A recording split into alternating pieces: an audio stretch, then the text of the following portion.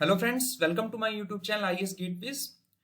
जो भी students Jammu Kashmir PSC assistant engineer का एग्जाम कल दे रहे हैं, 14 ऑफ मई को एग्जाम शेड्यूल्ड है, उनके लिए स्पेशली ये वीडियो है। तो बेसिकली इस वीडियो में मैं बात करूंगा कि आपको अभी इस स्टेज पे क्या क्या चीजें ध्यान रखनी है, और जब आप कल एग्जाम दोगे तो what are the important things to be kept in mind during while appearing the paper. तो सबसे पहले, बिकॉज आज लास्ट डे है, सो आपको लास्ट मोमेंट पे पढ़ाई नहीं करनी है। बहुत सारे स्टूडेंट्स की टेंडेंसी होती है कि वो लास्ट मोमेंट पे सब सोचते हैं कि सारा कुछ रिवाइज कर लें, ठीक है।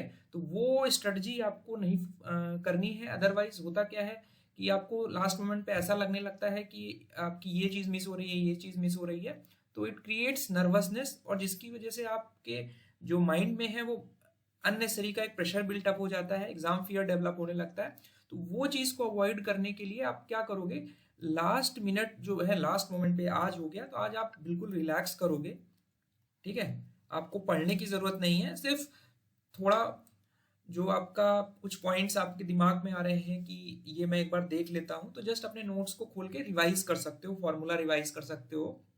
आपको कोई नया कंटेंट या कोई टॉपिक पढ़ने की जरूरत नहीं है। कोई वीडियोस, स्पेशली जो आपके लेक्चर्स वाले वीडियोस हैं, वो सब देखने की जरूरत नहीं है। अभी आज आपका लास्ट डे है, कल आपको एग्जाम देना है, तो आपको शांत रखना है अपने माइंड को, because you have to efficiently use your brain tomorrow, ठीक है। तो एफिशिएंटली यूज करने के लिए आज आपको काम रखना पड़ेगा खुद को, और नर्वस नहीं होना है, इस चीज का ध्यान रखना है, ठीक है। तो सबसे पहली चीज जो मैं सजेस्ट करूंगा कि हमारा जो सबसे इंपॉर्टेंट चीज हो जाती है एग्जाम में, किसी भी एग्जाम में, वो हमारा है टाइम मैनेजमेंट। टाइम मैनेजमेंट समझने के लिए आपको ये ध्यान रखना पड़ेगा कि आपके पास जो पेपर है वो 120 क्वेश्चन है उसमें। ये टेक्निकल पेपर है बेसिकली, डिसिप्लिन जिस कंसर्न सिविल का सिविल, मैकेनिकल का मैकेनिकल, और इसके लिए जो हमारा जेकेपीएससी है उसने 120 मिनट यानी 2 घंटे अलॉट किए हैं, ठीक है। तो सबसे पहले अगर आप इसको मैथमेटिकली देखोगे तो 1 मिनट पर आपको एक क्वेश्चन मिल रहा है, ठीक है। लेकिन जब आप पेपर सॉल्व करने बैठोगे, कल एग्जाम दोगे, तो आपको दिमाग में रखना है कि यू हैव ओनली 45 सेकेंड्स, सबसे पहली चीज।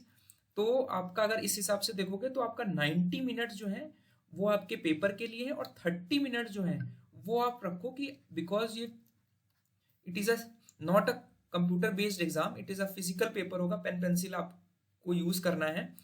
तो ध्यान रहे आपके पास पेंसिल हो, रबर हो, ठीक है, और आपके पास जो पेन है वो प्रॉपरली होना चाहिए। जो आपके एडमिट कार्ड में इंस्ट्रक्शंस लिखे होते हैं वो ध्यान से कि किस टाइप का पेन होगा, और ओएमआर आपको किस कलर की पेन से भरनी है, डॉट पेन से भरनी है, जेल पेन से भरनी है, ये सारे पैरामीटर्स उसमें लिखे रहते हैं।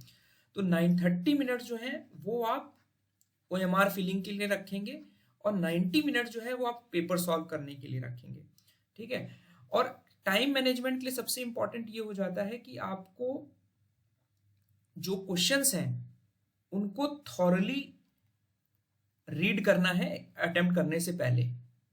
थॉरली रीड जब आप सॉल्व कर रहे हो बेसिकली तब रीड करना है, ठीक है। कभी कभी ऐसा होता है कि आपका जो क्वेश्चन है वो बहुत इजी होता है, बट होता है कि ऑप्शंस थोड़ा सा कंफ्यूज करके ट्रिकी कर देते हैं, और बच्चे गलत आंसर उसको टिक कर देते हैं।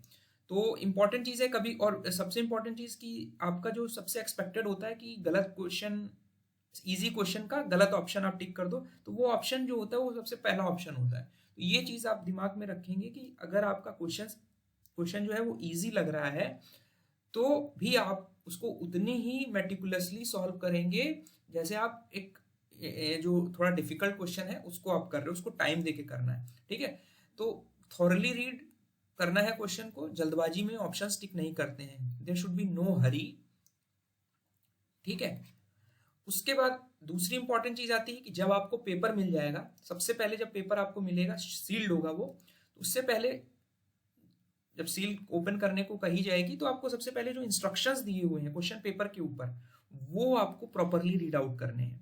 वो आप 2 मिनट लगेगा, आप इंस्ट्रक्शंस प्रॉपरली पढ़िए, ठीक है। कि उसमें लिखा होगा कि निगेटिव मार्किंग आपकी है, ठीक है, जनरली 0.25 है, कितनी निगेटिव मार्किंग है, किस पेन से आपको एमआर भरना है, ठीक है, क्या चीजें आपको फॉलो करनी है during while appearing the paper, ठीक है।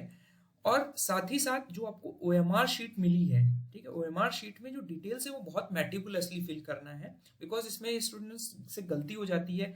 जो पेपर क्वेश्चन पेपर है उसका जो सेट नंबर होगा, आपका खुद का जो रोल नंबर होगा, ठीक है, ये सारी चीजें गलत नहीं होनी चाहिए। जो आपने एग्जाम में फिल की हैं फॉर्म फिल करते समय एग्जैक्टली वो मैच हो, केयरफुली स्पेलिंग मिस्टेक ना हो, नंबर्स में आप नर्वस हो गए तो ये सब चीजें गलत होने के चांसेस रहते हैं। तो इसमें 2 to 3 मिनट्स आप टाइम स्पेंड करके केयरफुली लिखिए, क्योंकि अगर आप पेपर अच्छा करते हो और ये चीज गलत कर दोगे तो इट विल बी यूजलेस, आपका पर्पस नहीं सॉल्व होगा।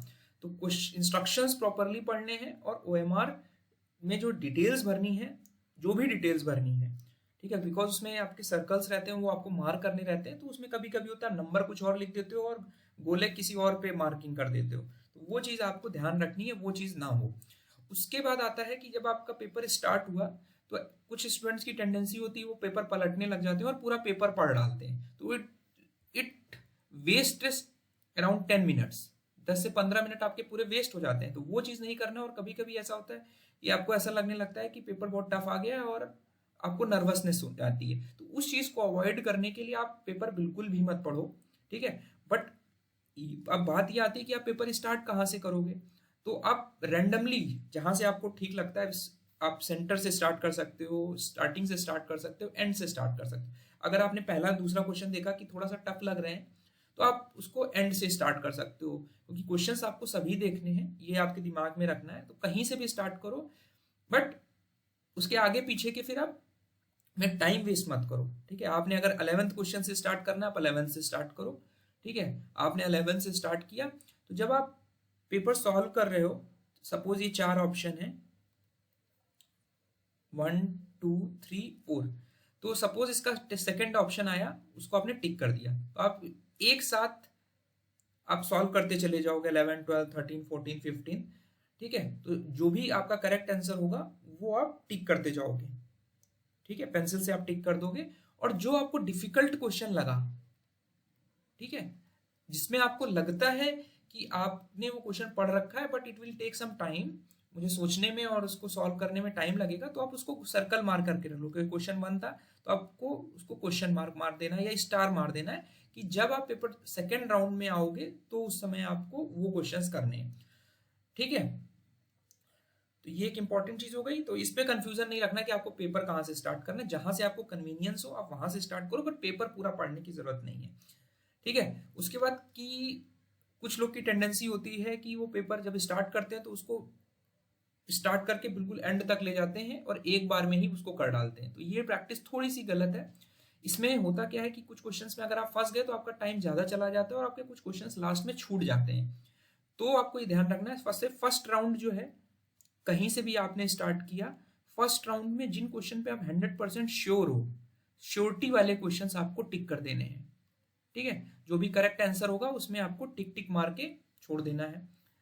और जो क्वेश्चन आपको डिफिकल्ट लग रहे होंगे फर्स्ट राउंड में, आपको उनको एस्ट्रिक या सर्कल से मार्क कर लेना है। और कुछ ऐसे क्वेश्चन होंगे जो आपने कभी देखे ही नहीं है, आपको पता है मैं सॉल्व कर ही नहीं पाऊंगा, तो आप उनको क्रॉस मार के छोड़ दोगे, उनको आपको देखने की जरूरत नहीं है। ये तब देखना है कि अगर आपके पास ओएमआर का जो 30 मिनट्स का टाइम आपने रखा है स्लॉट, उसमें आपके पास अगर टाइम मिल जाता है तो आप इनको देख सकते हो। तो फिर सेकेंड राउंड में बेसिकली क्या है, सेकेंड राउंड में श्योरिटी वाले क्वेश्चंस आपने टिक कर लिए, ठीक है, सिर्फ आपको क्वेश्चन पेपर आप सॉल्व करते हुए जा रहे हो। सेकेंड राउंड में इसमें ध्यान इंपॉर्टेंट चीज ये है कि आप इसमें कोशिश करिए कि जो थोड़े से न्यूमेरिकल, जो मतलब एक तो होते हैं सिंपल, एक डायरेक्ट फॉर्मूला है और आपने सॉल्व करके निकाल दिया, लेकिन जिसमें आपको लग रहा है न्यूमेरिकल है और मैं सॉल्व कर सकता हूँ but it will take time, तो आपको न्यूमेरिकल में फर्स्ट राउंड में अवॉइड करना है, ठीक है। तो न्यूमेरिकल आप देख के ही छोड़ दो, ठीक है, फर्स्ट राउंड में आप छोड़ दो, क्या थ्योरी क्वेश्चंस आप कर डालो। तो श्योरिटी के जो थ्योरी वाले क्वेश्चंस हैं उनको आप निपटा दो पहले, सबसे पहले। फिर सेकेंड राउंड में आप जो आपके एस्ट्रिक वाले क्वेश्चन थे और न्यूमेरिकल वाले क्वेश्चन थे इनको लेके चलोगे आप, ठीक है। और जो एस्ट्रिक वाले क्वेश्चन थे उसमें आप जो आपने प्रैक्टिस के दौरान देखा है कि बहुत रिलेवेंस नहीं होता, उन ऑप्शन को डिलीट वाली, जो ऑप्शन वाली टेक्निक है जिसमें ऑप्शन आप डिलीट करके मोस्ट अप्रोप्रिएट आंसर तक पहुंचते हो, वो वाली टेक्निक फॉलो करके आप नियरेस्ट आंसर तक पहुंच सकते हो। और न्यूमेरिकल आप फिर सॉल्व करोगे सेकेंड राउंड में, जो आपके थोड़े से डायरेक्ट नहीं थे वो आप सेकंड राउंड में सॉल्व करोगे और फिर से उनके आंसर टिक कर लोगे। और थर्ड राउंड में फिर जो लास्ट कुछ क्वेश्चंस बचेंगे जिसपे आपको लगता था आप इनपुट दे सकते थे, वो क्वेश्चंस आप कैटर करोगे, ठीक है। उसमें बहुत ज्यादा टाइम लेकिन वेस्ट नहीं करना है आपको। तो 2 to 3 राउंड्स में आपको पेपर सॉल्व करने की कोशिश करनी है। उसके बाद फिफ्थ इंपॉर्टेंट पॉइंट ये है कि आप जब पेपर सॉल्व कर रहे थे, क्वेश्चन टिक कर रहे थे, तो आपको जैसे ये आपकी OMR शीट है और ये आपका पेपर है, ठीक है, OMR और पेपर, तो आपने यहाँ टिक किया तो फिर आप क्या करते थे, बच्चों की टेंडेंसी होती है ये ऑप्शन यहाँ पे इसको यहीं पैरेलली साथ साथ भरना है, फिर ये देखा फिर ये, तो उससे होता है क्या है, आपका कंसंट्रेशन लॉस होता है, ठीक है। आप पेपर कर रहे हो फिर OMR भर रहे हो, फिर पेपर कर रहे हो फिर OMR भर रहे हो, तो इससे कंसंट्रेशन लॉस होगा और आपकी एफिशिएंसी जो है वो रिड्यूस हो जाएगी, ठीक है। कंसंट्रेशन लैग होगा, एफिशिएंसी रिड्यूस हो जाएगी। तो आपको ये चीज नहीं करनी, आपको पूरा पेपर एक बार में, आप इसको स्टेजेस में भी कर सकते हो कि आपने फर्स्ट राउंड कंप्लीट किया तो आपने OMR भर दी, आपने सेकंड राउंड कंप्लीट किया फिर OMR भर दी, थर्ड राउंड किया तो वो आपका 10-10 मिनट का फिर 3 स्लॉट्स बन जाएंगे इसमें, 10 मिनट यहाँ, 10 मिनट यहाँ और 10 मिनट यहाँ। लास्ट में करने का आपको फायदा ये है कि आपने जब पूरा पेपर कर लिया, ठीक है, आपके पास 90 मिनट्स में आपने कर लिया, तो आपके आज जो आधे घंटे हैं उसमें आप जब वापस से आपने जो क्वेश्चन टिक किए होंगे ना, तो आपको एक बार क्रॉस चेक करने का भी ऑप्शन मिल जाएगा कि आपने जो टिक किया था आप वही ऑप्शन भर रहे हो कि नहीं। तो आपके पास वहां पे टाइम भी रहेगा और आपसे गलती होने के चांसेस कम हो जाएंगे, क्योंकि बार बार आप अलग अलग 2 पेजेस देखोगे तो इट विल क्रिएट कंफ्यूजन। तो आपको साइमल्टेनियसली नहीं भरना है कोई भी डिटेल। तो ये जो मार्किंग और फिलिंग वाला ऑप्शन है, ये चीज आपको ध्यान रखनी है। आपको न्यूमेरिकल में बताया कि मैंने फर्स्ट स्टेज पे आपको न्यूमेरिकल पे बहुत ज्यादा टाइम नहीं होता, क्योंकि कभी कभी होता है कि न्यूमेरिकल इजी होते हैं और but it takes lot of time for calculation. तो वैसे क्वेश्चंस हमेशा थर्ड राउंड में रखने हैं, सेकंड और फर्स्ट राउंड में आपको उनको नहीं करना है, ठीक है। तो ये कुछ इंपॉर्टेंट टिप्स थी जो आपको ध्यान रखनी है एग्जाम देने से पहले। सो कुछ आपकी और कोई पर्टिकुलर क्वेरी है? और एक इंपॉर्टेंट चीज आती है कि गेस वर्क। कुछ स्टूडेंट्स कहते हैं कि गेस वर्क करना चाहिए या नहीं करना चाहिए। तो गेस वर्क, अगर मुझे लगता है कि अगर पेपर आपका लग रहा है कि आपको मॉडरेट से डिफिकल्ट की रेंज में और आप you are able to do 85 to 90 question से ज्यादा आपने अटेम्प्ट कर लिए हैं जिसमें आपको लगता है कि ये मेरे सही हैं, तो फिर आई वुड सजेस्ट कि आप इस पे निगेटिव बिल्कुल भी रिस्क मत लें। No negative marking questions attempt, आप रिस्क नहीं लेना आपको डाउटफुल क्वेश्चंस में, ठीक है। गेस वर्क आपको अवॉइड करना है। लेकिन आप क्वेश्चन ही आपको लग रहा है पेपर मॉडरेट लेवल का है and still you are able to solve only 60 questions with surety, तो आप डिलीट दी ऑप्शंस वाली टेक्निक से गेस वर्क कुछ कर सकते हो, बिकॉज 60 क्वेश्चंस करने में भी आपकी प्रोबेबिलिटी ऑलरेडी कम हो चुकी है सिलेक्शन की। तो उस केस में आप गेस वर्क का सहारा ले सकते हो, मे बी कि देयर आर चांसेस कि वो गेस वर्क आपका सही काम कर जाए और and you are able to solve the questions. So all the best of luck for your tomorrow's exam. आपको आज ध्यान रखिए, आपको नॉर्मल काम रहना है, बहुत ज्यादा इधर उधर की चीजों में नहीं है, अच्छी सी आप स्लीप लीजिए। सो और जो भी इंस्ट्रक्शंस एडमिट कार्ड में चीजें लिखी हुई हैं वो सारी चीजें, पेन, पेपर, रबर, शार्पनर, ये सारी चीजें लेकर जाइए। Thank you and all the best.